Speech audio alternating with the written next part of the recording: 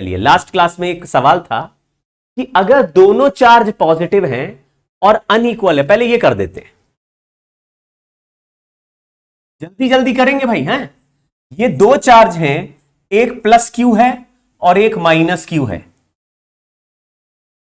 या दो चार्ज हैं, एक प्लस क्यू है और एक प्लस टू क्यू है,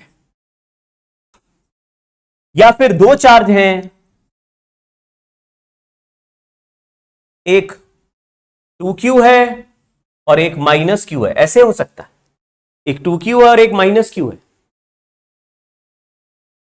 प्लस क्यू माइनस क्यू वाला अगर ग्राफ देखें तो प्लस क्यू और माइनस क्यू में यहां पे जैसे अगर +1 रख दूं मैं, +1, तो प्लस वाला +1 को कहेगा दूर हटो, माइनस क्यू वाला +1 को कहेगा मेरे पास आओ। तो ये दोनों फील्ड ऐड हो गए, यानी कि किसी भी जगह पर बीच में फील्ड ऐड हो रहा है। अगर दोनों के फील्ड ऐड होंगे तो बीच में कहीं पर भी फील्ड 0 नहीं हो सकता, लेकिन यहां पे इंफिनिटी होगा, यह भी मुझे पता है, यहां पर भी इंफिनिटी होगा, यह भी मुझे पता है। प्लस सब जगह फील्ड का डायरेक्शन राइट में है, राइट में आ रहा है, क्योंकि ये वाला माइनस क्यू चार्ज अट्रैक्ट कर रहा है और प्लस क्यू वाला रिपेल कर रहा है, राइट में है। अगर सब जगह फील्ड राइट में है, यानी हर जगह पॉजिटिव है और दो जगह इंफिनिटी है, तो ग्राफ में ऐसा यू बनना चाहिए। ये चार्ज इक्वल एंड अपोजिट वाले हैं, केवल इतनी जगह पर ही हम डिस्कस कर रहे हैं अभी। फिर इसको देखो, प्लस क्यू और प्लस 2q की बात करेंगे तो यहां पे कहीं रखेंगे तो ये कहेगा मुझसे दूर हटो, ये कहेगा मुझसे ज्यादा दूर हटो, क्योंकि ये बड़ा चार्ज है तो ये ज्यादा रिपेल करेगा, तो मिड पॉइंट पे फील्ड 0 नहीं होगा। तो कहां पे फील्ड 0 होगा? जो प्लस क्यू के नजदीक कोई पॉइंट होगा उस पे फील्ड 0 होगा। वो प्लस क्यू के क्लोजर क्यू होना चाहिए, 2q के क्लोज क्यू नहीं होना चाहिए, क्योंकि प्लस क्यू छोटा चार्ज है, तो छोटे चार्ज के छोटे डिस्टेंस पे फील्ड स्ट्रांग बनेगा, और जो बड़ा चार्ज है वो फील्ड दूर तक बड़ा बना सकता है। तो यहां से यहां पर हमने फील्ड को 0 कर दिया। आप देखो जरा, मून और अर्थ दो प्लैनेट है, मून भी अपनी तरफ अट्रैक्ट करता है किसी ऑब्जेक्ट को, मतलब मून सैटेलाइट है लेकिन दो हेवनली बॉडीज है, बड़ी बड़ी बॉडी है। मून अपनी तरफ अट्रैक्ट करता है ऑब्जेक्ट्स को, अर्थ अपनी तरफ अट्रैक्ट करता है ऑब्जेक्ट्स को, दोनों अपनी तरफ अट्रैक्ट कर रहे हैं, दोनों अपनी तरफ अट्रैक्ट कर रहे हैं। लेकिन दोनों अट्रैक्शन में हम लोग अगर यह पता लगाए कि ग्रेविटेशन फील्ड 0 कहां पे है, तो वो मून के पास बनेगा, क्योंकि मून की फील्ड वीक है। तो वीक है मतलब उसके पास जाएंगे तभी उसका फील्ड अर्थ के स्ट्रॉन्ग फील्ड को कैंसिल कर पाएगा, क्योंकि मून के पास मून का फील्ड स्ट्रॉन्गर होगा, अर्थ के पास अर्थ का फील्ड स्ट्रॉन्गर होगा, लेकिन अर्थ से मून की तरफ चलेंगे तो दोनों का फील्ड कहीं ना कहीं बराबर जरूर आएगा। वो जगह मिड पॉइंट पे नहीं, छोटे वाले ऑब्जेक्ट की तरफ आती, छोटे चार्ज की तरफ। तो यहां पे प्लस, यहां पे फील्ड इसका जीत रहा है, यहां पे फील्ड इसका जीत रहा है। ये भी बोलता अवे, ये भी बोलता अवे, अवे अवे नहीं बोलता, अवे बोलता, अवे अवे मतलब ये बोल रहा राइट, ये बोल रहा लेफ्ट, यानी यहां पे है नेगेटिव, यहां पे है पॉजिटिव। तो पॉजिटिव इंफिनिटी से 0 होते हुए नेगेटिव इंफिनिटी, ऐसा ग्राफ जाएगा। मिड पॉइंट पे कट नहीं करके थोड़ा सा लेफ्ट में कट करेगा, यानी प्लस क्यू के पास। अब देखिए ग्राफ में यही हम कर रहे हैं, अगर दोनों चार्ज पॉजिटिव हैं और अनइक्वल हैं तो कैसा ग्राफ दिखेगा? ये प्लस क्यू के क्लोजर और 2q से दूर, प्लस 2q से दूर और प्लस q से क्लोजर, ये थोड़ा सा शिफ्ट, यहां माइनस इंफिनिटी पे खत्म हुआ तो प्लस इंफिनिटी से चालू हुआ। मैंने बोला था आपको कि ग्राफ अगर क्रॉस करेंगे तो हमेशा ऐसे बनेगा, नेगेटिव के बाद पॉजिटिव इंफिनिटी में, अगर पॉजिटिव इंफिनिटी से खत्म हुआ तो यहां पर भी नेगेटिव इंफिनिटी से स्टार्ट होगा और ऐसे चलेगा। ये ग्राफ बना लो। इसमें यहां पे फील्ड 2q का फील्ड है अवे और प्लस q का फील्ड भी है अवे, तो ये ऐड हो रहे हैं। अगर दोनों फील्ड ऐड होंगे तो ये ग्राफ ऐड हो गया है, मतलब ये कह रहा है हमसे भी अवे, तो ये सारा का सारा पॉजिटिव जो ग्राफ है ऐड हो रहा है। ऐसे ही ये प्लस क्यू बोलेगा इस डायरेक्शन में अवे और ये भी बोलेगा अवे, तो ये दोनों लेफ्ट में है, तो नेगेटिव वाला ऐड हो गया, दोनों का वैल्यू ऐड हो रहा है, तो ऐसा ग्राफ बन गया।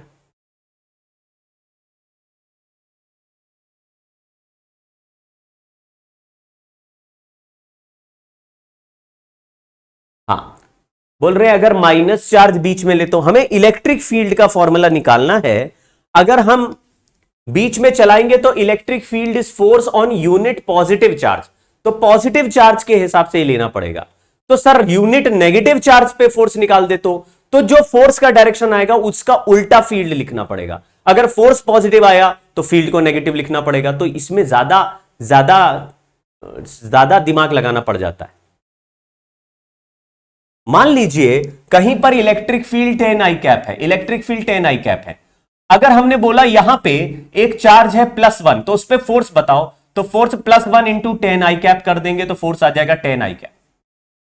लेकिन अगर मैं -1 पे फोर्स निकालूं तो -1 इंटू 10 आई कैप कर देंगे तो फोर्स ऑन -1 हो जाएगा -10 आई कैप।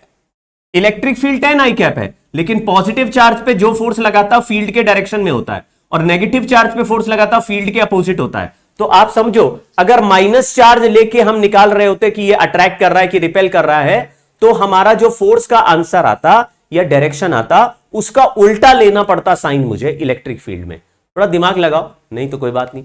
आपको ऐसे याद रखना है कि यूनिट पॉजिटिव चार्ज से काम करना है। ये दोनों charge Q1 positive Q2 negative और दोनों के वैल्यू बराबर है। तो क्या आपको ये वाला ग्राफ समझ में आया?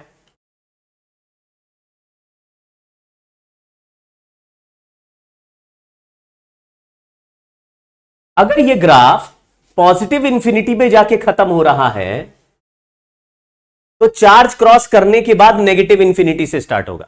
ये भी नेगेटिव इंफिनिटी से। ये दोनों चार्ज बराबर है, ये +Q है, ये -Q है।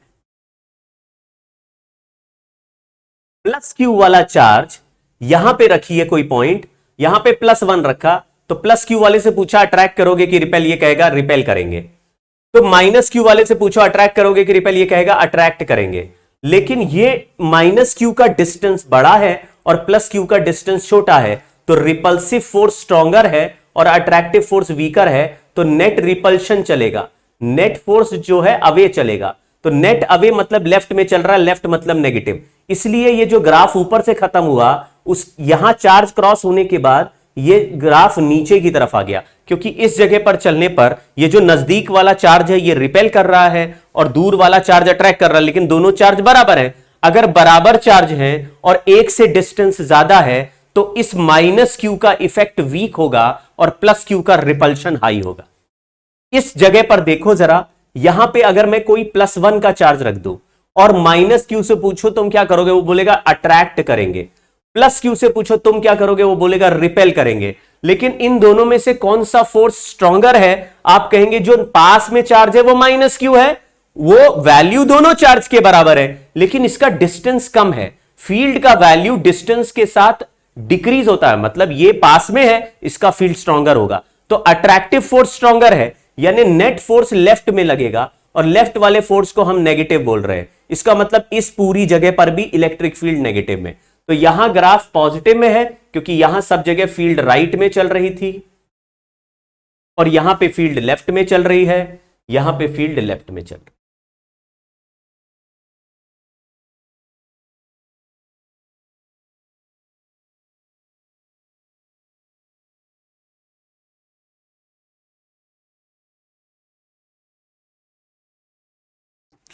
चलिए, अब आखिरी हमारा सवाल है कि एक Q1 चार्ज है पॉजिटिव और एक Q2 चार्ज है नेगेटिव, और Q1 ग्रेटर देन Q2 है, यानी कि इसको मैं 2Q ले लेता हूं और इसको मैं -Q ले लेता हूं। ऐसे डॉटेड लाइन बना दिया, इसको डबल ले लिया इससे। मैंने ऐसे तो 3Q भी ले सकते, 4Q बड़ा लेना है, बस ज्यादा मैग्नीट्यूड है इससे, बट चार्ज एक पॉजिटिव है एक नेगेटिव है, अनइक्वल एंड अपोजिट चार्जेस है। ग्राफ देखिए, इसमें U बनेगा लेकिन U छोटे चार्ज की तरफ शिफ्ट हो जाएगा। U जैसा बना था पहले, यह U था, ये जो मिड पॉइंट पर था। अब जो U बना है वो ऐसे साइड में शिफ्ट हो जाएगा।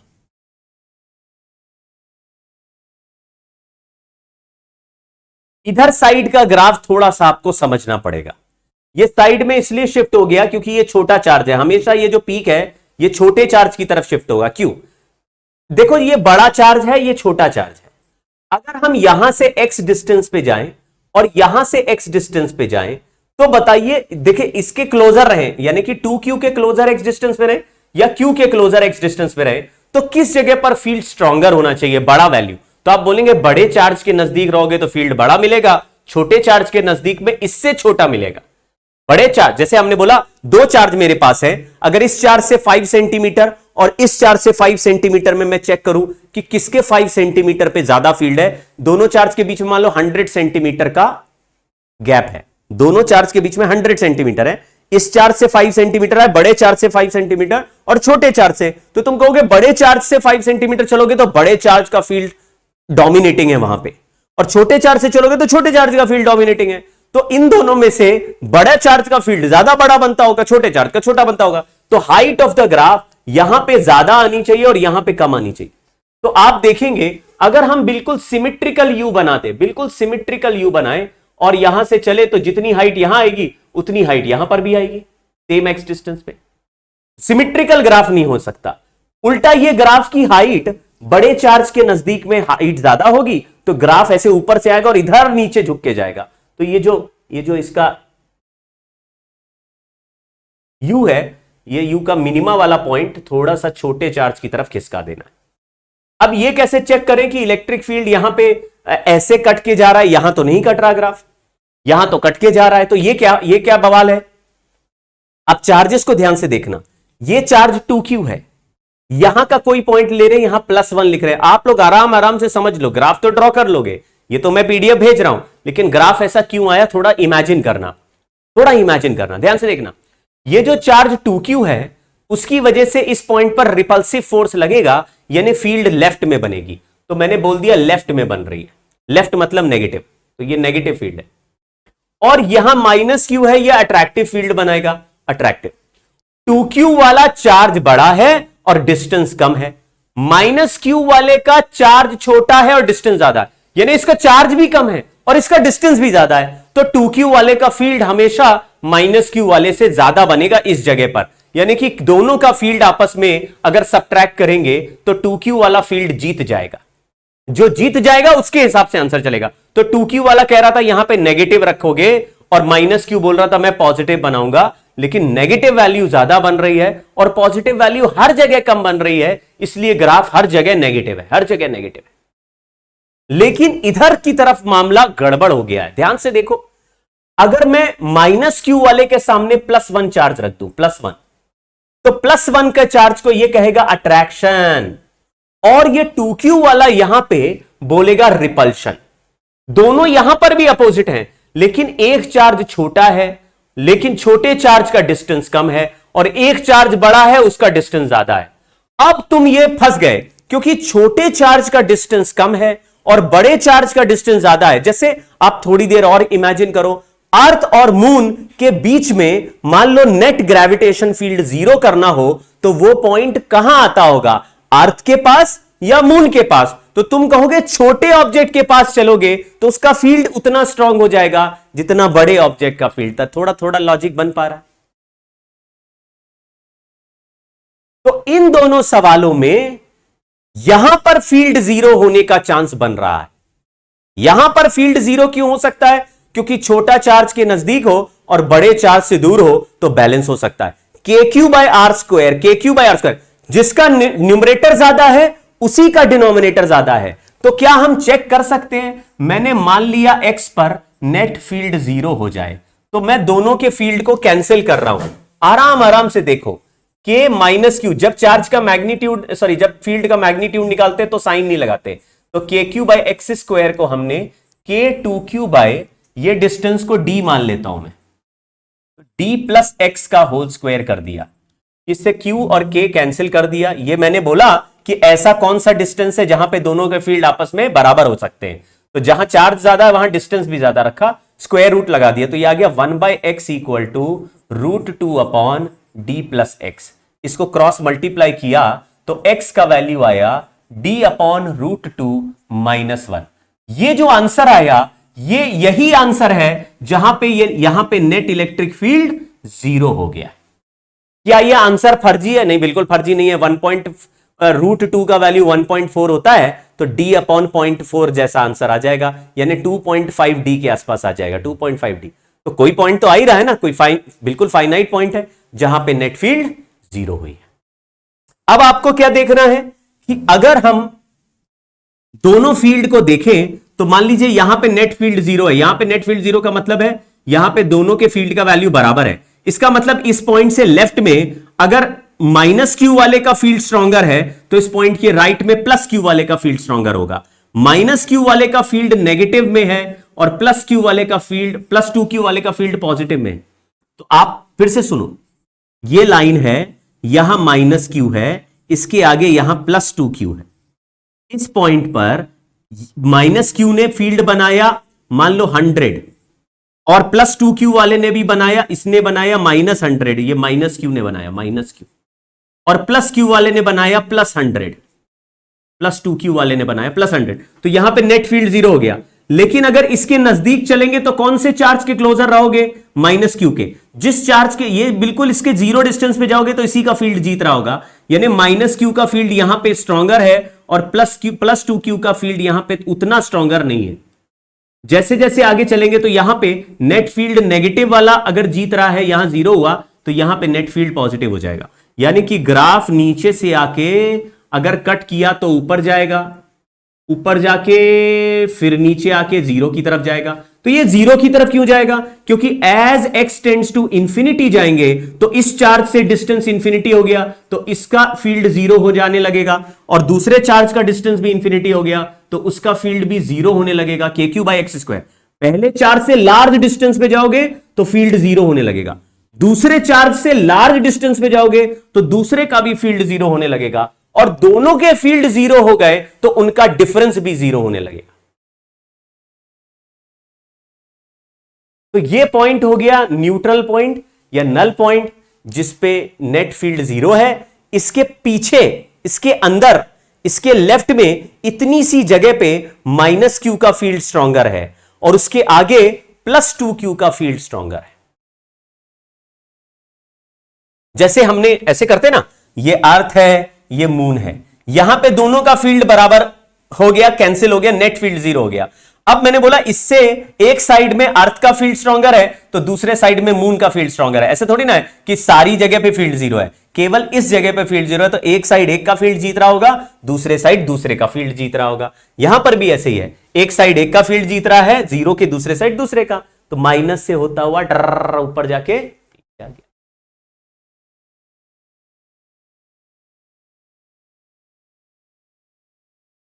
ठीक है, यहां पे ये आप थोड़ा लॉजिक बनाने की कोशिश करोगे तो आ जाएगा। यही पॉइंट ज्यादा समझाना पड़ता है, कई बार में भी लोगों को समझ में आता नहीं है, लेकिन हमारा काम है कोशिश करना, अगर आ गया तो फायदा हो जाएगा। देखो, ये है चार्ज -q, ये चार्ज है +2q। अगर यहां से x टेंडिंग टू 0 डिस्टेंस पे, मतलब अगर बिल्कुल 0 डिस्टेंस पे रहे तो इन दोनों में से किसका फील्ड स्ट्रॉन्गर बनेगा? आप बोलेंगे भाई -q से। देखो, यहां से अगर मैं x डिस्टेंस पे जाऊं तो इसका फील्ड है kq/x² और इसका फील्ड है k2q/d+x²। अगर मैं दोनों में x = 0 डाल दूं, x tending to 0, x tending to 0, तो ये फील्ड हो जाएगा इंफिनिटी, फील्ड हो जाएगा इंफिनिटी, और इसका फील्ड हो जाएगा k2q/d²। x का वैल्यू 0 डालो, x का वैल्यू 0 डालो, तो आप बोलेंगे भाई ये फील्ड इंफिनिटी हो जा रहा है और इसका फील्ड हो जा रहा है फाइनाइट। तो अगर इनफाइनाइट में से फाइनाइट माइनस करोगे तो क्या बचेगा? बोलेंगे इनफाइनाइट बचेगा।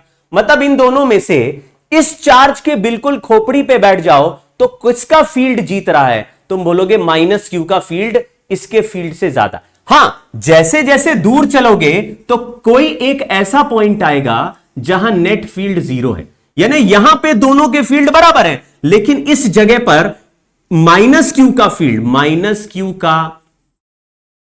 -q का फील्ड इज मोर, और इस जगह पर दोनों का फील्ड बराबर, तो इधर क्या? इधर +2q का फील्ड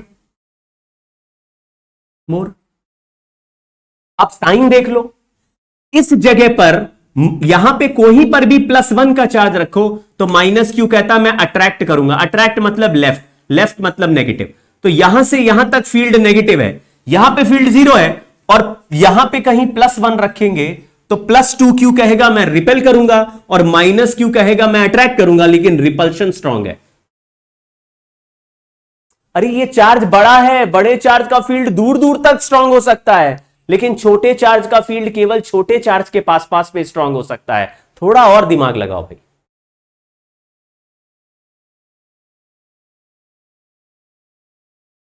आशीष पांडे कह रहा है मेरा मैसेज आज तक आपने नहीं देखा। इस सेंटी से क्या हुआ? मैंने अब तुम्हारा मैसेज देख लिया तो अभी क्या फर्क पड़ गया? ठीक, तो यहां पे अब फील्ड पॉजिटिव है, तो आपको यह समझ में आया कि ग्राफ यहां 0 आएगा, यहां नेगेटिव में चलेगा, यहां पॉजिटिव, तो मतलब ग्राफ ऐसा बनना चाहिए। तो क्या ऐसे इंफिनिटी तक चला जाएगा? नहीं, क्योंकि जब हम x टेंडिंग टू इंफिनिटी डालेंगे तो इस आंसर में इंफिनिटी डालने से आंसर 0 की तरफ भागेगा, और इसमें भी x का इंफिनिटी वैल्यू डालेंगे तो d प्लस इंफिनिटी भी इसको भी टेंडिंग टू 0 बना देगा। यानी पहला आंसर भी टेंडिंग टू 0 और दूसरे का वैल्यू भी टेंडिंग टू 0। अब दोनों का माइनस करोगे तो ये रिजल्ट भी टेंडिंग टू 0, मतलब ये जो ऊपर गया है ये ग्राफ कहीं ना कहीं से मुड़ के टेंडिंग टू 0 जरूर होगा।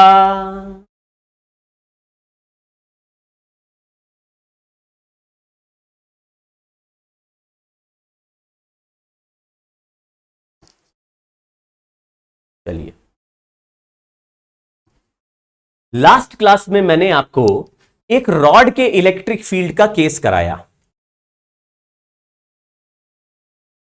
रॉड के इलेक्ट्रिक फील्ड का केस, उसको भी एक बार और देख लेते हैं बच्चों।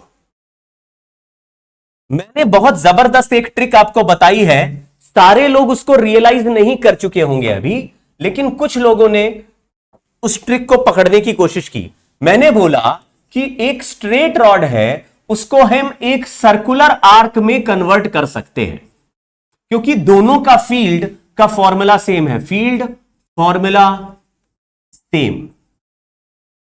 अब x और y में कंपोनेंट ब्रेक करने की जरूरत नहीं है, you don't have to break the electric field in terms of x axis and y axis. मैं फिर से बताता हूं, एक रॉड है, बोलते इससे परपेंडिकुलर डिस्टेंस r पर यहां पॉइंट P है, यहां इलेक्ट्रिक फील्ड बताओ। आपने बोला चार्ज कहां है, तो चार्ज इस रॉड पे लैम्डा डेंसिटी का है। नॉर्मली जो टीचर पढ़ाते हैं वो ऐसे कहते हैं कि इस परपेंडिकुलर लाइन को x एक्सिस ले लो और रॉड के पैरेलल में y एक्सिस ले लो, फिर इलेक्ट्रिक फील्ड का एक x कंपोनेंट आ जाएगा k lambda by r sine alpha plus sine beta, sine alpha plus sine beta,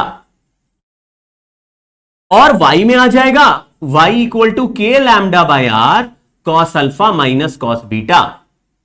ये दो रिजल्ट याद कर लो और फिर x अलग सॉल्व कर लो, y अलग सॉल्व कर लो और रिजल्टेंट निकाल लो। तो रिजल्टेंट निकाल लो बोलते खुद निकालते नहीं, एक बार रिजल्टेंट निकाल के देखें तो उनका दिमाग में चमकेगा, अरे बाप रे ये तो फील्ड का फॉर्मूला आर्क जैसा आ गया। मैंने फिर क्या देखा ध्यान से कि जब भी कोई रॉड ऐसे दे दी जाए आपको और उससे r डिस्टेंस पे कोई पॉइंट P है और पूछा जाए इलेक्ट्रिक फील्ड, तो पहला चीज है कि रॉड के दोनों एंड्स को इस P पॉइंट से ज्वाइन कर लो और फिर r रेडियस का ये जो परपेंडिकुलर डिस्टेंस है इतना ही आर्क बनाओ जो ऊपर बिल्कुल ऊपर वाले लाइन को टच करे और नीचे आके नीचे वाले एंड को भी। तो तुमने बोला ये जो सर्कुलर आर्क है सर, ये रेडियस r का वैल्यू इस परपेंडिकुलर डिस्टेंस के बराबर ही आएगा, बिल्कुल। और यहां जो एंगल टोटल आया, तुमने बोला सर अल्फा बीटा अलग अलग एंगल हमें पता है, कोई बात नहीं, अल्फा और बीटा ऐड करके टोटल थीटा निकाल लो और रिजल्टेंट इलेक्ट्रिक फील्ड का answer 2k lambda by r यानी कि radius of the circle into sine theta by 2 लिख दो। तो साहब ये जो इलेक्ट्रिक फील्ड लिखा है ये किस डायरेक्शन में चलेगा, ये जो दोनों एज है ना उसके बीचों बीच चलेगा, यानी इधर से थीटा बाय 2 और इधर से भी थीटा बाय 2। ये तो सर आर्क का फॉर्मूला लिख दिया, हमको तो रॉड का रिजल्ट पूछा था। मैं आपको यही समझा रहा हूं कि अब ऐसा नहीं कहना सर ये रॉड तो लंबी है तो आपने इसको मोड़ के आप ऐसे वो बन गए, क्या कहते हैं उसको, ड्वाइन जॉनसन बन गए, रॉक बन गए और आपने इस रॉड को ऐसे बेंड कर दिया। हमने इस रॉड को बेंड नहीं किया, हमने केवल इसके एंगल को मैच कराता हुआ सर्कुलर आर्क बना दिया।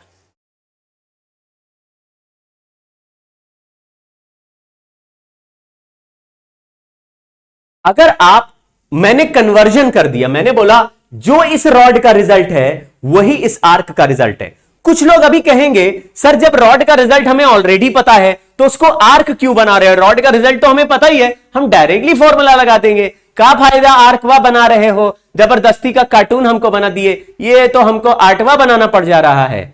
आर्क बना रहे हैं तो सर डिजाइन बन गया, इस सब में मेहनत क्यों? The result of rod and result of arc is same. तो आप यही रिजल्ट हम लिख देंगे ना, आर्क क्यों बनवाना, आर्क मत बनवाओ।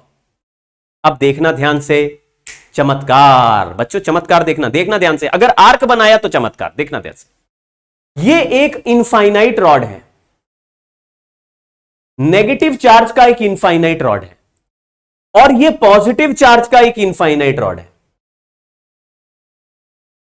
या थोड़ी देर के लिए मान लेते हैं ये दोनों पॉजिटिव चार्ज के इनफाइनाइट रॉड है। अभी पॉजिटिव मान लो, होमवर्क में पॉजिटिव नेगेटिव दोनों कर लेना। आप ऐसे बनाओ जरा, जैसे कैसे बनाना है, आपने एक रॉड ऐसे बनाना है, एक रॉड ऐसे बनाना है, सामने डिस्टेंस x है, यहां पे एक पॉइंट है P, यहां पे इलेक्ट्रिक फील्ड निकालना है। इतना रॉड भी पॉजिटिव है, इसका चार्ज डेंसिटी लैम्डा है। इतना रॉड भी पॉजिटिव है, इसका चार्ज डेंसिटी लैम्डा है। क्वेश्चन पूछा है इलेक्ट्रिक फील्ड P पॉइंट पे बताओ, और ये एंड इंफिनिटी तक जा रहा है, ये भी इंफिनिटी तक जा रहा है, यहां पे एंगल थीटा है, ये भी एंगल थीटा है। आपको इतना सवाल समझ में आ गया? हालांकि ये केसेस पूछे नहीं जाते, एडवांस में पूछे जा सकते हैं, लेकिन इसको समझना ध्यान से। कोई भी मैं जो तरीका बता रहा हूं उससे फास्टर करेगा तो उसको नोबेल प्राइज मिलेगा। देखो ध्यान से, ये डिस्टेंस x है, मैंने क्या कर दिया, पहले रॉड पे परपेंडिकुलर ड्रॉप कर दिया। तो अगर ये x है तो रेडियस का वैल्यू x साइन थीटा हो गया। ये कोई समझ गया क्या? फिर ये जो परपेंडिकुलर है, इसके ऊपर रॉड इंफिनिटी तक जा रहा है। इंफिनिटी का मतलब है इस रॉड के दूसरे एंड को ज्वाइन करने के लिए मुझे एक पैरेलल लाइन बनानी पड़ेगी, यानी कि रॉड का ये एंड 90 डिग्री बना रहा है। ये भी मैंने लास्ट क्लास में सिखाया था कि अगर रॉड इंफिनिटी तक जा रहा है और P पॉइंट पर इलेक्ट्रिक फील्ड बनानी है, तो आपको इसको ज्वाइन करने के लिए, जैसे यहां होता तो मैं अल्फा ऐसे बना दूंगा, यहां है तो अल्फा मैं इधर ऐसे बना दूंगा, यहां है तो अल्फा और बड़ा कर दूंगा, लेकिन इंफिनिटी है तो अल्फा कैसा लेना पड़ेगा? तो इंफिनिटी के लिए अल्फा 90 लेना पड़ेगा। 90 का मतलब है ये क्वार्टर सर्कल में कन्वर्ट करना पड़ेगा। तो ध्यान से देखना, यहां पे एक परपेंडिकुलर डिस्टेंस का 90 डिग्री का सर्कल मैंने बनाया। What is the name of 90 degree का सर्कल? आपने बोला क्वार्टर। फिर यहां पर जो भी जगह बची है, ये देखो दूसरा एंड यहां पे जा रहा है, तो इतना सर्कल और ड्रॉ कर दिया, ये सर्कल और ड्रॉ हो गया। ऐसे ही इस पर भी परपेंडिकुलर ड्रॉप कर देंगे, इधर भी एक पैरेलल लाइन बना देंगे, तो एक सर्कल का थोड़ा जगह अलग अलग दिख रही है, ऐसे बन जाएगा। चलिए इसको देखना ध्यान से। पहले मैंने एक परपेंडिकुलर ड्रॉप किया जिसका वैल्यू है x साइन थीटा। याद रखिएगा ये डिस्टेंस x है। दूसरा परपेंडिकुलर ड्रॉप किया, इसका वैल्यू भी है x साइन थीटा। फिर इस रॉड के पैरेलल एक लाइन ड्रॉ किया, इस रॉड के पैरेलल, ये जो रॉड चल रही ना इंफिनिटी तक जा रही, तो आपको लगेगा ये जो परपेंडिकुलर है रॉड का एंड उससे 90 डिग्री पर है, तो 90 डिग्री मैच कराने के लिए क्वार्टर सर्कल आएगा यहां, और यहां पर भी एक पैरेलल लाइन ड्रॉ कर दी उसके इंफिनिटी को टच करने के लिए, तो यहां पर भी एक क्वार्टर सर्कल आएगा। तो ऊपर वाला जो रॉड है उसके एक एंड से दूसरे एंड के बीच में परपेंडिकुलर का एक सर्कल बनेगा, ऐसा सर्कुलर आर्क। देखो दिखा क्या किसी को? और नीचे भी एक सर्कुलर आर्क बना दिया। अब आप कहेंगे सर ये जो पूरा है ना एक ही सर्कल हो गया, क्योंकि यहां भी रेडियस x sin थीटा है, यहां भी ये पूरा एक सर्कल है, लेकिन कंप्लीट सर्कल नहीं है। इसके सेंटर पे टोटल एंगल जो बन रहा है, देखो यहां थीटा है, यहां थीटा है, तो 2 थीटा बच गया, यानी टोटल एंगल हो गया 2 पाई माइनस 2 थीटा। अब इलेक्ट्रिक फील्ड का आंसर लिख रहे हैं। इलेक्ट्रिक फील्ड का आंसर होता है 2k lambda by R 2 sine 2 pi minus 2 theta by 2। 2 काट दिया, पाई माइनस थीटा होता है साइन थीटा, तो 2k lambda by are into ऊपर भी साइन थीटा, साइन थीटा से साइन थीटा काट दिया, आंसर आया 2k लैम्डा बाय आर। एक झटके में आंसर बाहर।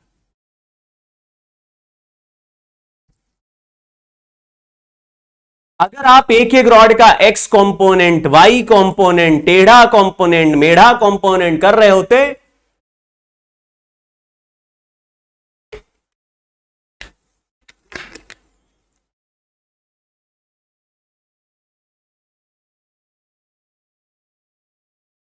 सर अभी से मेहनत करेंगे तो AIR1 आ जाएगा।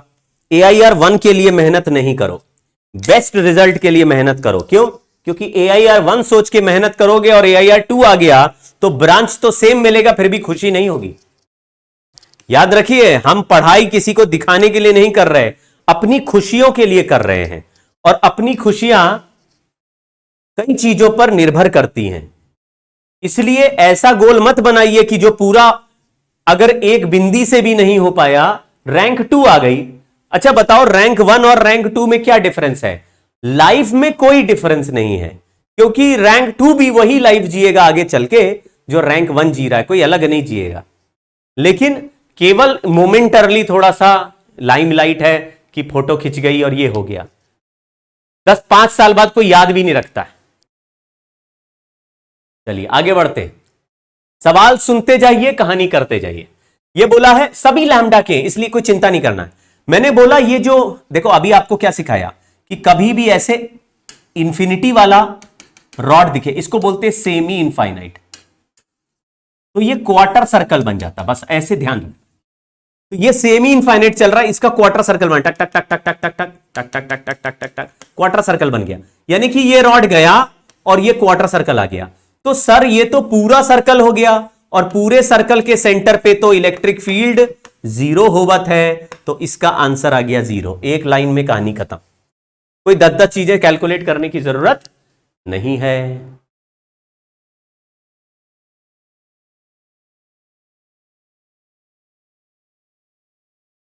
हाँ, ये सर्कल ही बना हुआ है, लेकिन यहां पे चार्ज डेंसिटी अलग है। ये 4 लैम्डा का है, यहां लैम्डा है, यहां -4 लैम्डा है, यहां माइनस लैम्डा है।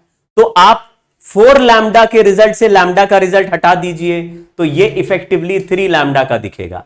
माइनस लैम्डा से -4 लैम्डा हटा दीजिए, तो ये -3 लैम्डा का दिखेगा। मतलब आपको ऐसा लगेगा कि एक क्वार्टर सर्कल 3 लैम्डा का है और दूसरा क्वार्टर सर्कल -3 लैम्डा का। 3 लैम्डा अगर पॉजिटिव चार्ज है तो इसका इलेक्ट्रिक फील्ड ऐसे अवे फ्रॉम द रिंग, ऐसे अवे फ्रॉम द रिंग चलेगा। और -3 लैम्डा एक नेगेटिव चार्ज है तो उसका towards the ring, towards the ring, towards the surface ऐसे चलेगा। तो यहां पे √2 के 3 लैम्डा बाय आर है, और यहां पर भी √2 के 3 लैम्डा बाय आर है। या माइनस मत लिखना भाई, मैग्नीट्यूड लिख रहे हैं। दोनों के बीच में 90 डिग्री है, तो √2 मिलके 2 हो जाएगा। तो आंसर आ गया 2k 3 लैम्डा बाय आर, ये नेट इलेक्ट्रिक फील्ड।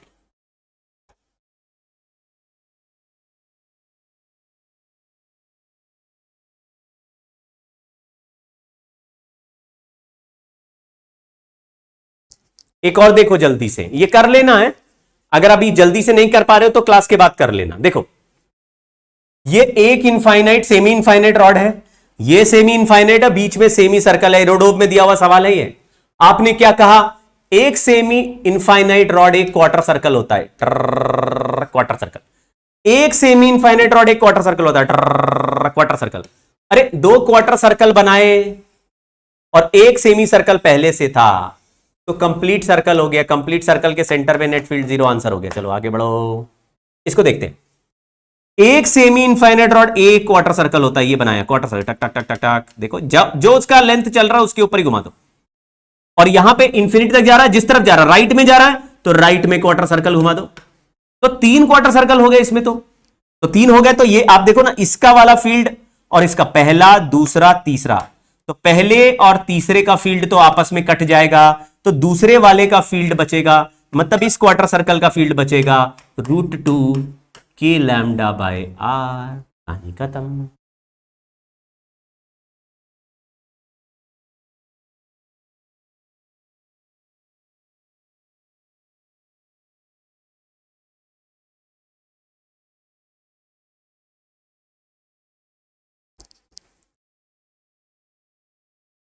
ये भी लैम्डा, ये भी लैम्डा, लैम्डा है, लैम्डा से लैम्डा वाला क्वार्टर सर्कल कट गया, इसका वाला ऐड हो गया। यहां पे लैम्डा से लैम्डा कट गया, लैम्डा से ऐसे बोल दो, या पूरे सर्कल के सेंटर पे फील्ड 0 ही होता है, ये आपको वैसे याद रखना है।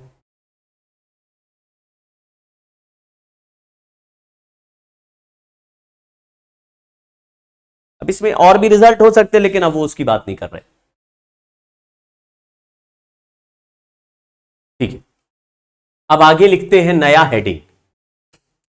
आज का हेडिंग है electric field due to uniform circular ring at the axis of ring, मतलब एट इट एक्सिस। एक रिंग ले लिया,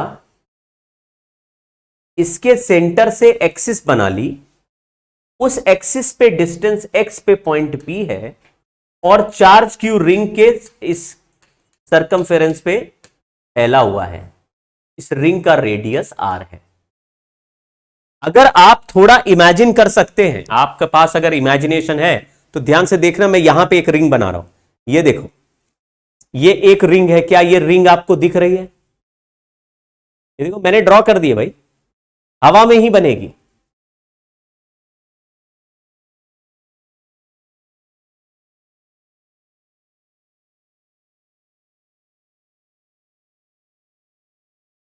नहीं दिखी?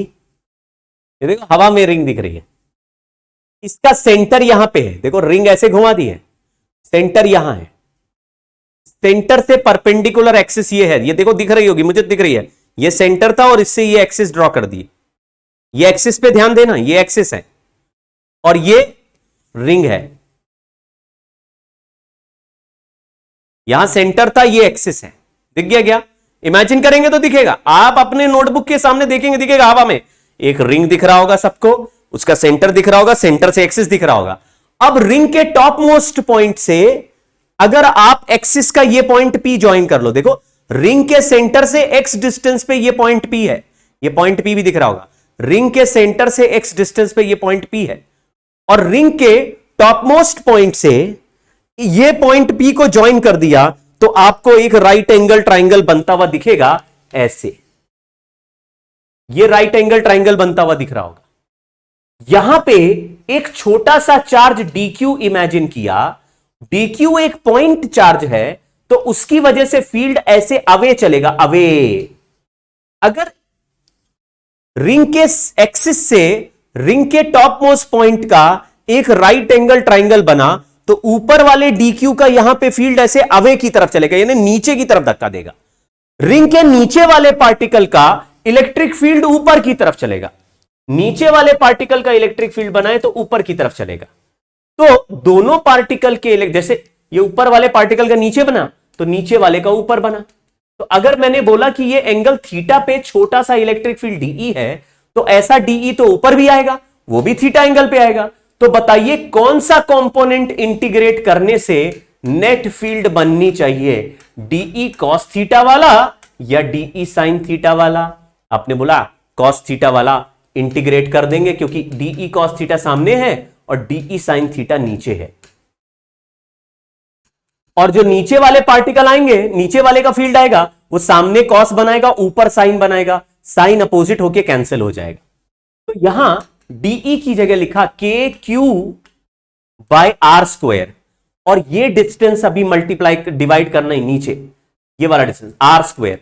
लेकिन ये डिस्टेंस अगर आर है और ये डिस्टेंस एक्स है, तो राइट एंगल ट्राइंगल से ये distance R square plus x square है, तो R square plus x square, और यहां कॉस थीटा लिख दिया, आगे इंटीग्रेशन कर दिया। यहां कॉस थीटा का इंटीग्रेशन नहीं होगा, डीक्यू का होगा, कॉस थीटा कांस्टेंट है, तो हमारा आंसर डीक्यू का इंटीग्रेशन हो गया क्यू, कॉस थीटा का वैल्यू, इस राइट एंगल ट्राइंगल में कॉस थीटा का वैल्यू देखिए आप, कॉस थीटा का वैल्यू, तो कॉस थीटा का वैल्यू आएगा बेस अपॉन हाइपोटेन्यूस, बेस है एक्स और हाइपोटेन्यूस है R square plus X, value रख देते हैं, तो X upon R square plus x square का पावर 3/2।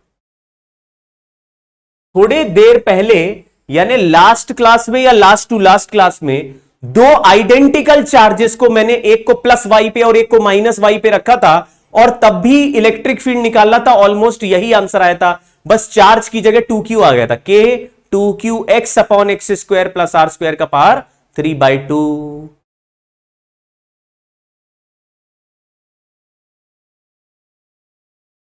हाँ, जय ने कहा 2DE होगा।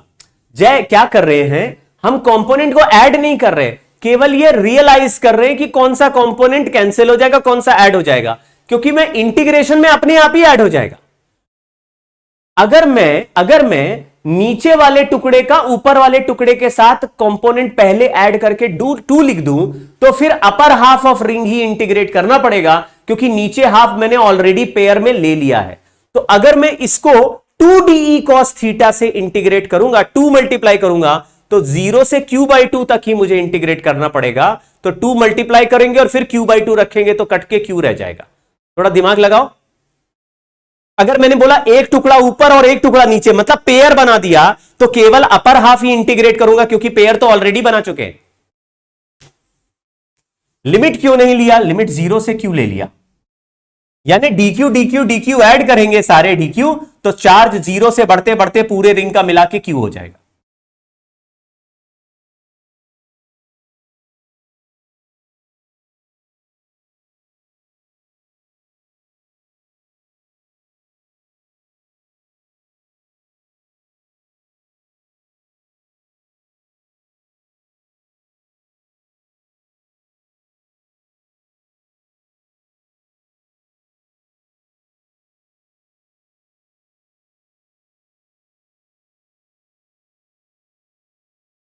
सबसे खतरनाक बात यह है कि कुछ बच्चे जिनको यह समझ में आने लगता है, वो इस घबराहट में आ जाते हैं कि मुझको कैसे समझ में आ रहा है, घबरा ही जाते हैं। अरे सर, हाँ, अरे सर ये कैसा, नहीं नहीं नहीं, इसमें ये बताओ ये के क्यों लिखा है, के कहां से आ गया सर, एक्स कहां से आ गया सर, ये तो हाँ समझ में आ जा रहा है, ये गड़बड़ है। अरे यार, अपने ऊपर भरोसा रखो।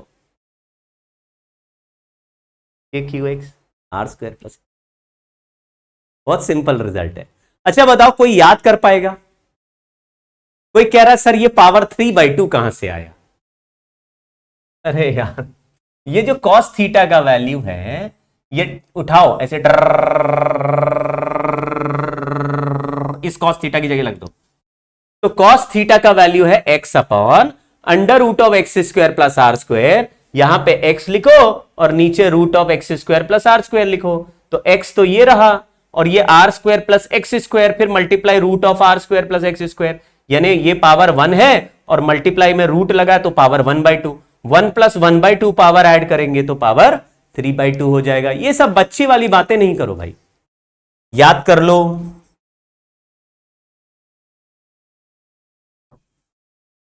इंपॉर्टेंट है। चलिए, ये रिजल्ट है हमारा, इसको नोट मत कर, मतलब ये तो नोट कर ही चुके हो। अब इसका ग्राफ बना रहे, इलेक्ट्रिक फील्ड वर्सेस एक्स।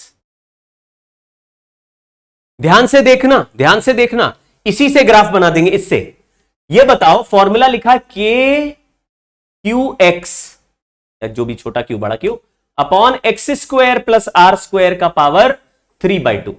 अगर मैं इसमें एक्स की जगह 0 पुट कर दूं, तो इलेक्ट्रिक फील्ड का आंसर क्या आएगा? आप बोलेंगे 0। जैसे अगर x का वैल्यू न्यूमरेटर में 0 डालिए, डिनोमिनेटर में, तो न्यूमरेटर 0 हो गया, तो 0 ही हो गया। x 0 पे इलेक्ट्रिक फील्ड 0 है, और x टेंडिंग टू इंफिनिटी लिख दूं तो भी इलेक्ट्रिक फील्ड 0 है। क्यों? क्योंकि अगर इनफाइनाइट डिस्टेंस पे चले जाओगे तो रिंग के चार्ज से डिस्टेंस इनफाइनाइट हो जाएगा, और इनफाइनाइट पे k3/x² जैसा फॉर्मूला बनता है, जिससे फील्ड 0 हो जाएगा। तो x = 0 पर भी field, x tending to infinity पर भी, मतलब यहां पर फील्ड 0 है और इंफिनिटी पर भी 0 है। तो क्या सब जगह 0 है? आप कहेंगे नहीं, सब जगह कहां 0 है, यहां 0 है और वहां 0 है। इसका मतलब है ग्राफ यहां से ऊपर उठेगा, फिर कहीं ना कहीं मैक्सिमम होके नीचे बैठेगा। कैसे पता नीचे बैठना है? क्योंकि यहां टेंडिंग टू 0 हो रहा है, इंफिनिटी पे टेंडिंग टू 0 हो रहा है, बीच में 0 नहीं हो रहा है, इसका मतलब ग्राफ ऊपर जाएगा। फाइनली 0 होना है तो नीचे भी आएगा। ये मैक्सिमम कहां आएगा, उसका वैल्यू होता है R/√2। इलेक्ट्रिक फील्ड ऐसे फंक्शन ऑफ एक्स बनाया तो कितने एक्स पे मैक्सिमम आया, ये मैक्सिमम इलेक्ट्रिक फील्ड। ग्राफ बना लीजिए।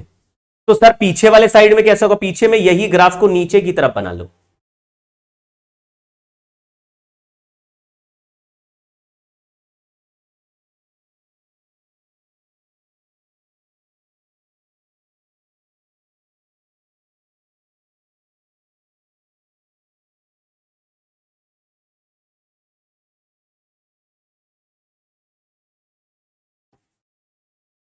ग्राफ ड्रॉ कर लीजिए।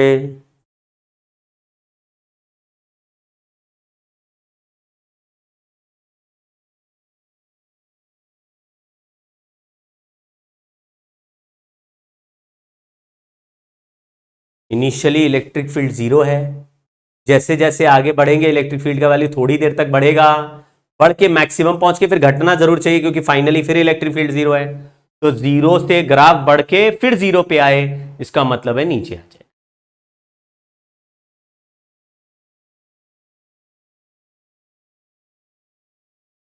आगे बढ़ा जाए, समझ लो कैसे आया। EX ग्राफ प्लॉट ऑलरेडी कर दिया है। Determined maximum electric field at the axis of uniformly charge ring of radius R, total charge Q। हमने क्या किया, इलेक्ट्रिक फील्ड के फंक्शन को डिफरेंशिएट करके 0 कर दिया, क्योंकि मैक्सिमा मिनिमा का रूल यही है। KQ को बाहर रखा, x का डिफरेंशिएशन 1, R² प्लस x² का पावर 3/2 माइनस x को डिफरेंशिएट नहीं किया, अंदर वाले R² प्लस x² को डिफरेंशिएट किया का पावर 1/2 इंटू 2x, और इसको 0 कर दिया। नीचे डिनोमिनेटर का स्क्वायर होता है, लेकिन डिनोमिनेटर का ये जो ऐसे 3/2 है, फिर इसका स्क्वायर कर देंगे, तो नीचे वाला डिनोमिनेटर तो 0 में वैसे ही चला जाता है। इसके पावर 3/2 को 1/2 पावर के साथ कैंसिल कर देंगे, तो ये पावर 1 बचेगा।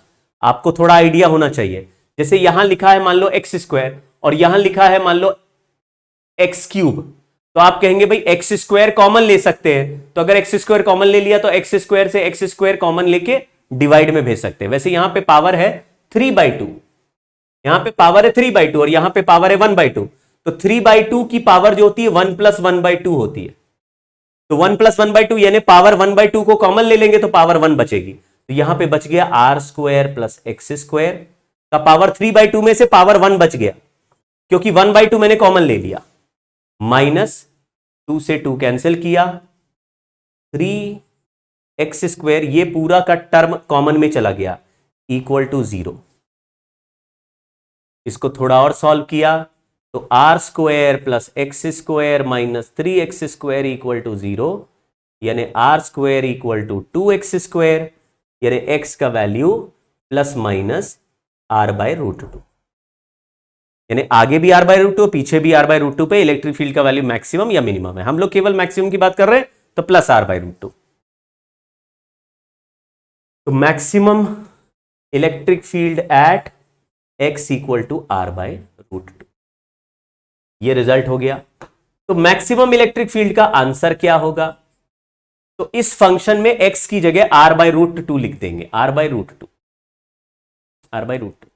यहां पर भी R/√2, तो आ जाएगा 2kqx अपॉन 3√3 R²।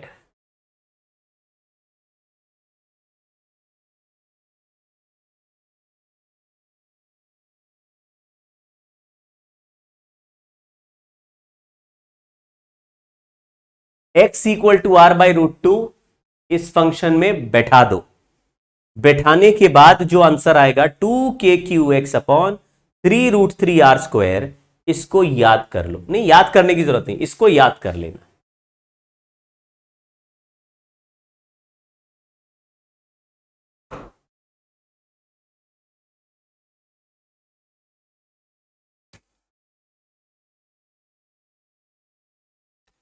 साक्षी त्रिपाठी अभी पुराने में ही बैठी हुई है, बोल रही है कि 2DE cos थीटा लो, 2DE cos थीटा। अरे आप अभी भी बच्चों जैसी बात कर रहे हैं, 2 DE cos थीटा लेंगे तो आधा रिंग इंटीग्रेट करेंगे, आप 2 लोगे तो आधा, क्योंकि पेयर ले लिया तो अब अपर हाफ ही इंटीग्रेट होगा क्योंकि उसका साथी अपने आप चल रहा है नीचे नीचे। तो अगर तुमने 2 DE cos थीटा लिखा होता तो 0 से q/2 तक इंटीग्रेट करते, क्योंकि अभी 0 से q इंटीग्रेट कर देंगे, ऊपर का पेयर नीचे के साथ बना लिया, डबल रिजल्ट हो गया, इसका मतलब ऊपर नीचे दोनों एक साथ ले लिए। 2 लेने के बाद पूरा रिंग इंटीग्रेट करोगे तो रिंग 2 बार आ जाएगा, चार्ज डबल कर दिया तुमने।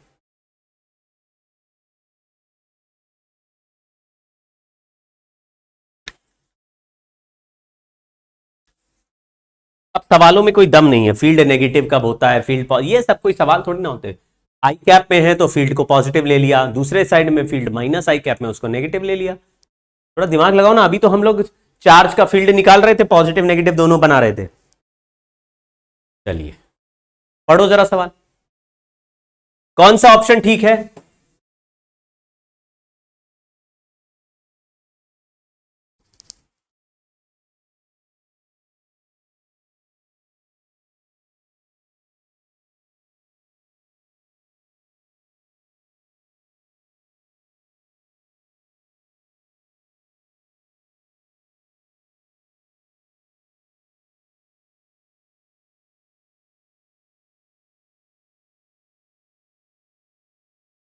इलेक्ट्रिक फील्ड मैक्स में एक्स कहां से आया? डिफरेंशिएट करके 0 किया तो, और क्या मजाक चल रहा है अभी? देखिए आप, ये सवाल जिसके पेपर में आया होगा वो कितना डांस किया होगा, प्रोवाइडेड वो मुझसे पढ़ा हो। जिसके पेपर में आया हो कितना नाचा होगा, अरे सर क्या सवाल है? आपको लग रहा है ये सवाल एक बार आया? कम से कम 4 पेपर में आया इस बार ये। चलिए अब मैं एक बहुत बढ़िया रिजल्ट बताता हूं जिसको सुनने के बाद आपको मुझ पे बहुत प्राउड फील होगा और आपको लगेगा कि मेरा टीचर बहुत अच्छा है। ध्यान से देखना, लिखा है regular polygon with identical charge at each corner. तो लिखा if a regular polygon of n sides, अब ये n इक्वल साइड्स हैं, having identical charges, identical charge at each corner,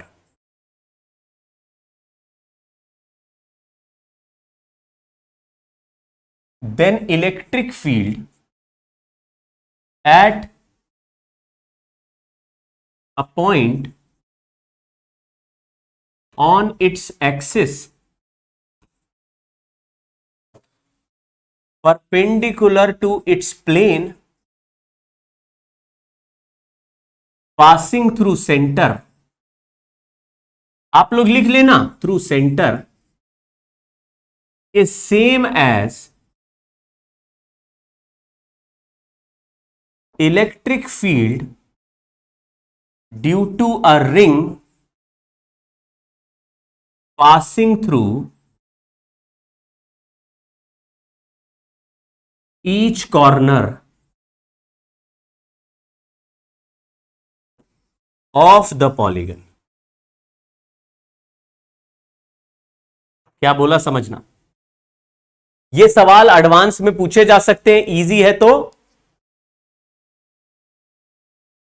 है तो उसमें भी पूछे जा सकते हैं, मेंस में इजी है तो मेंस में भी पूछेगा, एडवांस में तो पूछा जा सकता है। क्या लिखा है?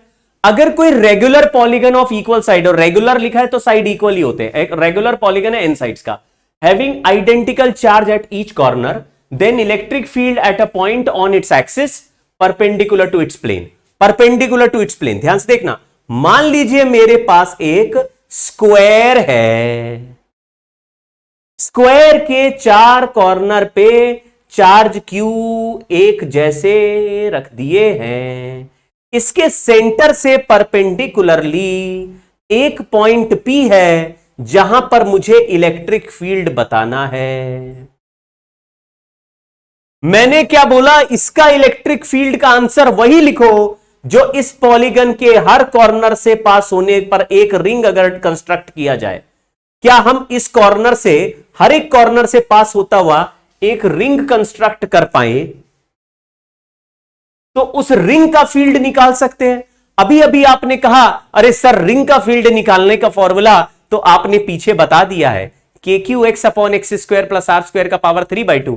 चलिए इस सवाल में यूज करते हैं एग्जाम्पल के लिए। मान लो स्क्वायर का साइड एल है, square of side L, find electric field at this distance.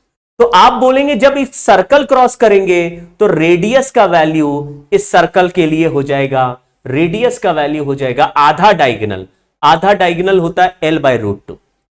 Electric field eight P आया के क्यू एक्स।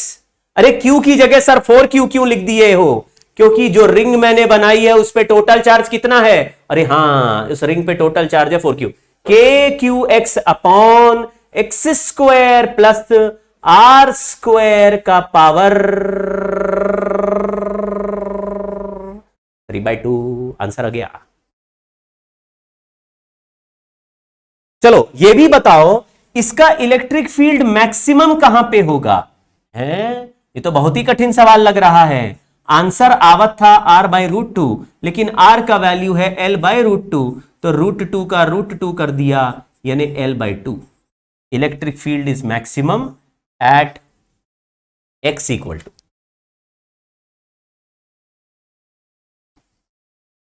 दो आंसर पूछे जाएंगे।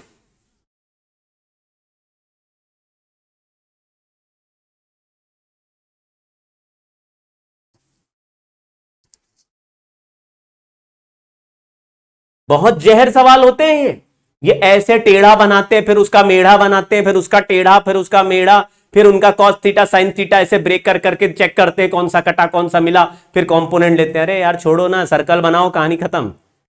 क्या ये इसी स्क्वायर में काम करेगा? नहीं भाई, लेकिन ये किसी भी शेप में रेगुलर शेप होना चाहिए, यानी ट्राइंगल में लगाना है तो इक्विलेटरल ट्राइंगल होना चाहिए, हेक्सागन बनाना है तो इक्वल एज का, मतलब सबकी लेंथ बराबर होनी चाहिए, तभी काम करता है।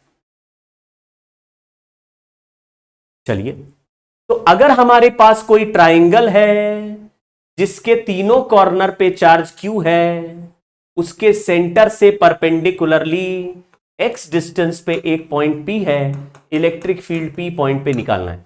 मैंने आपको सिखाया था ये कॉर्नर से सेंटरॉइड का जो डिस्टेंस होता है, मान लो कि लेंथ L का ट्राइंगल है, तो ये जो R रेडियस होगा ये L/√3 हो जाएगा।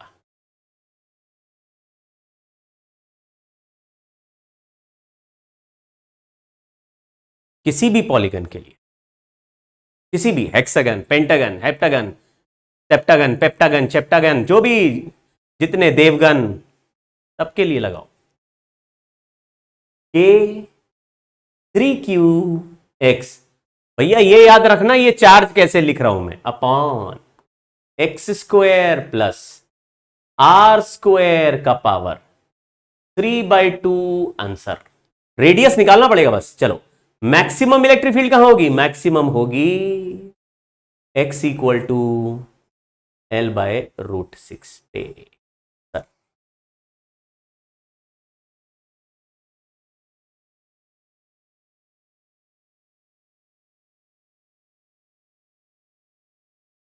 आपको जनरलाइज करना है तो वो भी कर सकते हैं।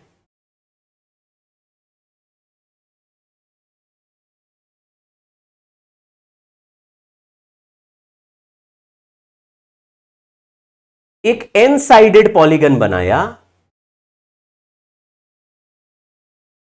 एन साइडेड पॉलीगन बनाया, मतलब ऐसे करके साइड्स चल रहे होंगे। एन साइडेड पॉलीगन बनाया तो उसका ये जो सेंटर से लेकर कॉर्नर तक का डिस्टेंस है यही रेडियस हो जाएगा। इसके साइड का लेंथ अगर L है, सामने परपेंडिकुलर ड्रॉप कर दिया तो ये एंगल θ/2 हो जाएगा। थीटा का वैल्यू 2π/n है, तो ये 2π/2n, यानी कि जैसे n साइडेड पॉलीगन है तो किसी भी पॉलीगन के सेंटर पे टोटल एंगल 2π होता है। अगर n साइडेड है तो टोटल एंगल हो गया 2π/n, उसको आधा कर दिया तो एंगल हो गया π/n। तो आप एक राइट एंगल ट्राइंगल देखिए, ये सामने वाला साइड है L/2, और ये वाला साइड है रेडियस आर, और यहां पे एंगल है पाई बाई एन। तो आप साइन थीटा को परपेंडिकुलर यानी अपोजिट साइड अपॉन रेडियस कर सकते हैं। तो रेडियस का वैल्यू परपेंडिकुलर मतलब ये L upon 2 sine pi by N लिख सकते हैं। ये मैंने जनरल किसी भी पॉलीगन का, फॉर एनी पॉलीगन लिख दिया। अगर ये हमें पता चल गया है तो क्या इसमें एन का वैल्यू अलग अलग रखते ही मुझे अलग अलग रेडियस निकल आएगा? जो रेडियस का वैल्यू मुझे निकल आएगा वो रख देंगे, यहां पे एन रख देंगे। तो इलेक्ट्रिक फील्ड का value K N Q X upon X square plus L square by 4 sine square pi by N का पावर 3/2। ऐसा करेंगे आंसर आ जाएगा। एक बार चेक करते हैं। अगर 4 साइड का यानी स्क्वायर है तो यहां 4 रख देते हैं। पाई बाई 4 होता है 45 डिग्री यानी 1/√2। ये 1/√2 लिखा तो √2 से √2 कट गया तो आर का वैल्यू l/√2 आ गया, जो कि पिछले एग्जांपल में था। अगर 3 साइड्स रखे तो एल का वैल्यू, अगर एन का वैल्यू 3 रखे तो पाई बाई 3 होता है sin 60। sin 60 होता है √3/2, 2 से 2 काटा l/√3, जो कि इसका आंसर है।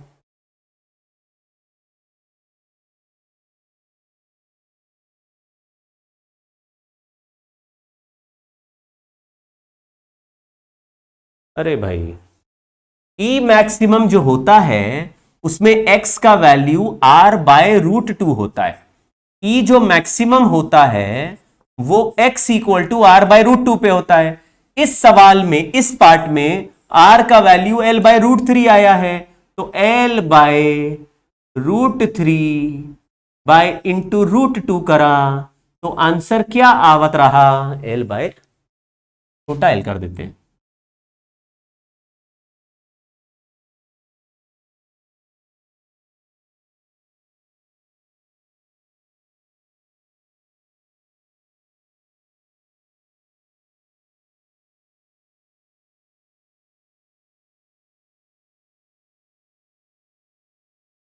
बाप रे, पढ़ाते बिल्कुल टाइम का पता ही नहीं चलता है।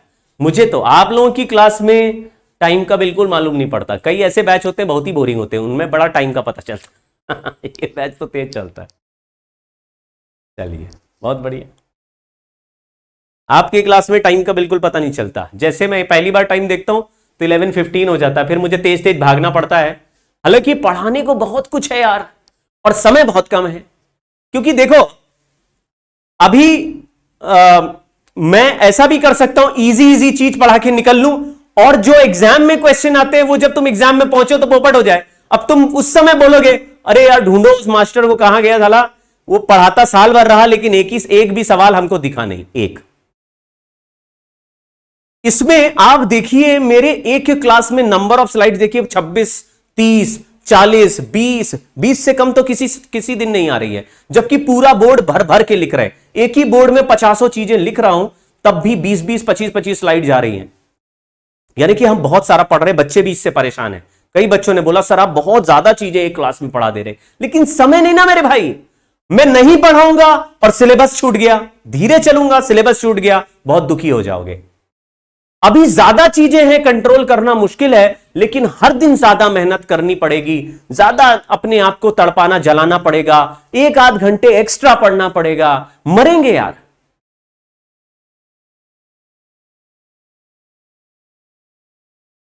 ऐसा ही करना पड़ेगा। चलिए, ये होमवर्क सवाल है। ये एक बार हमने एसएचएम की कंडीशन बनाई थी कि अगर x का वैल्यू r से बहुत छोटा हो जाए तो डिनोमिनेटर वाला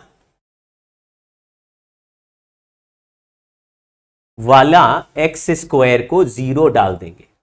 तो हमारे फोर्स का फॉर्मूला, मतलब फील्ड का फॉर्मूला होता है KQX upon x² plus r² का पावर 3/2, और उसके सामने रख दिया -q चार्ज। अच्छा चलो, रिंग का चार्ज कैपिटल Q है और उसके सामने रख दिया -q चार्ज रख दिया, तो -q चार्ज ऐसे अट्रैक्ट हो जाएगा। तो फोर्स का आंसर तो -KQQ X upon X square plus are square का पावर 3/2 हो जाएगा। लेकिन अगर x का value much less than r हो जाए तो नीचे वाला x को हम टेंडिंग टू 0, क्योंकि r के सामने x बहुत छोटा है, तो नीचे वाला x हटा दें तो आंसर आ जाएगा -k (q3/r³ into x. Force का आंसर ऐसे हो जाएगा, force equal to -k(q³ x/r³। अब इसमें ये जो x के अलावा जो बचता है वो कांस्टेंट हो जाता है, ये कांस्टेंट है, कांस्टेंट ये होता है। तो f is equal to -kx आ गया तो आप कहेंगे जी ये SHM है, और SHM का टाइम पीरियड का फॉर्मूला या एंगुलर फ्रीक्वेंसी का फॉर्मूला, एंगुलर फ्रीक्वेंसी ओमेगा होती है, तो ओमेगा का फॉर्मूला ये जो k है ना, k √k/m, तो k की जगह पूरा k लिखना है, k(q3/r³ अपॉन m। ये k/m जरा याद रखो, ये for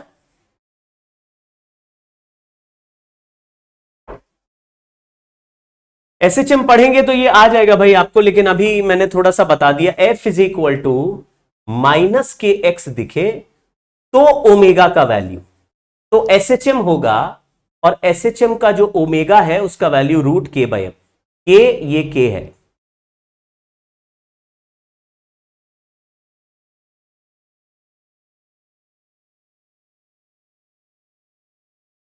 electric field due to uniform circular disc, एक रिजल्ट और, लेकिन इसको डायरेक्टली मैं बता रहा हूं, डायरेक्टली याद कर लेना, डायरेक्टली।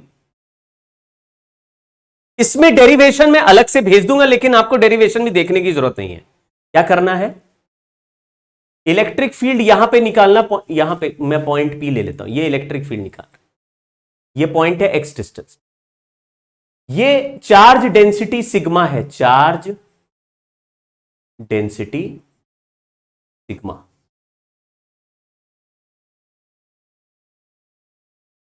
कुछ लोग कहते हैं सर एक बार हम सेलेक्ट हो जाएं उसके बाद तारीफ करेंगे। एक बार सेलेक्ट हो गए तो तुम्हारे पास हमारे लिए टाइम ही नहीं होगा, तुम्हारे पीछे ही 10 गर्लफ्रेंड घूम रही होंगी, फिर तुम हमें क्यों याद करोगे, तब तो भूल जाओगे। लड़कियां तो और ही भूल जाती हैं, कहती हैं अरे सर अब हमारे पास 10 बॉयफ्रेंड है, हटाओ, हमको कोई याद नहीं आती किसी की। चलिए, चार्ज डेंसिटी सिग्मा,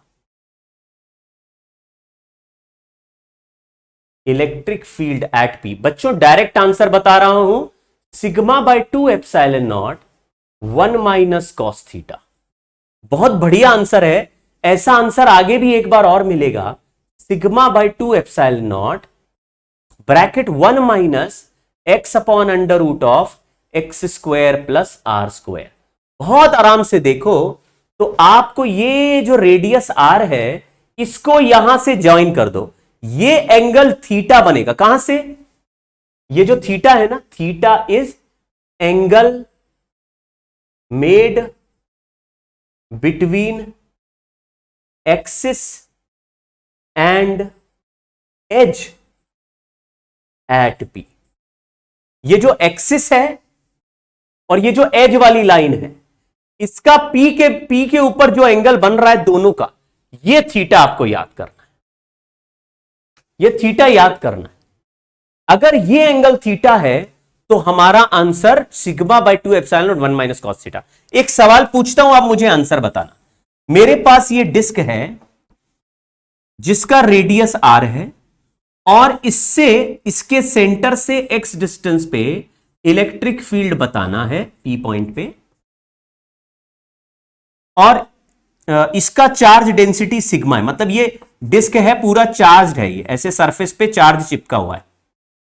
अरे कभी रोटी खाए हो, समझो कि रोटी के ऊपर घी चिपोड़ दिया, चिपोड़ दिया नहीं, चुपड़ दिया, रोटी के ऊपर बटर, पराठा गोल था उस पे पूरा बटर ऐसे लगा दिया, पूरा बटर सरफेस पे यूनिफॉर्मली फैल गया, बोलेंगे वो पूरा चार्ज ऐसे फैला हुआ है, इसके सेंटर से r डिस्टेंस पे फील्ड बताना है। फॉर्मूला याद कर लेना भाई, कैसे आया ये बता दूंगा लेकिन इससे फर्क नहीं पड़ेगा, फॉर्मूला याद रखो। लेकिन ये जो है फॉर्मूला ना एडवांस के लिए काम आएगा बस। तो जो लोग एडवांस के लिए कार्यरत है वो लोग याद कर ले, है ना।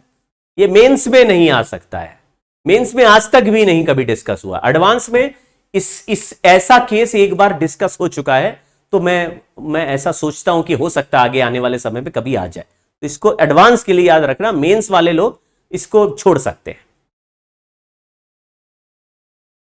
अभी क्योंकि मैंने आर रेडियस दिया और आर ही डिस्टेंस दे दिया, तो आपने कहा एज मिला लेते हैं, 45 डिग्री हो गया। तो बस फॉर्मूले में लिखा sigma by 2 epsilon not bracket 1 minus cos 45, cos 45 होता 1/√2 sigma by 2 E not 1 minus 1/√2 answer. बस आपको ऐसा आंसर बता देना है।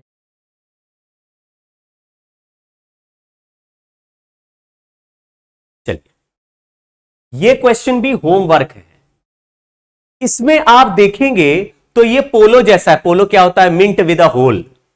ये वही प्लेट है, वही थाली है जिसमें हमने पहले खाया और फिर उस पर क्या कर दिया, हमने पहले इसमें खाया, फिर क्या किया, फिर हमने उसमें छेद कर दिया। तो जिस थाली पे खाया उसमें छेद कर दिया, तो बीच में छेद है। ऐसा घर वाले कहते हैं, अबे जिस थाली में खाते हो उसी में भी छेद कर, उसी में ही छेद करते हो।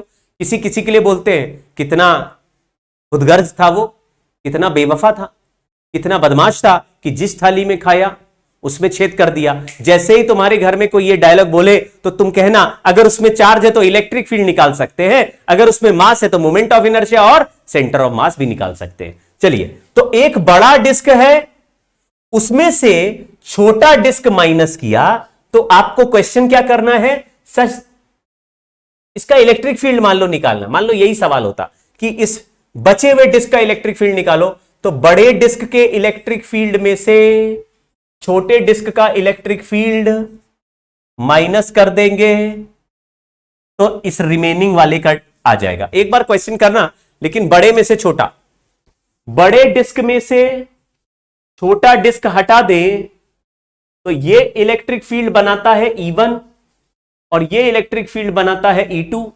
तो हमारा नेट इलेक्ट्रिक फील्ड आ जाएगा E1 माइनस E2, ये हो जाएगा डिस्क का।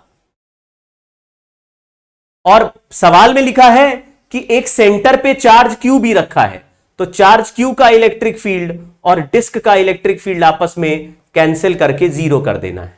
कैंसिल करके मतलब ऑब्वियसली अपोजिट होंगे, इसलिए कैंसिल करके जीरो कर देना। तो वो करना आप लोग सॉल्व।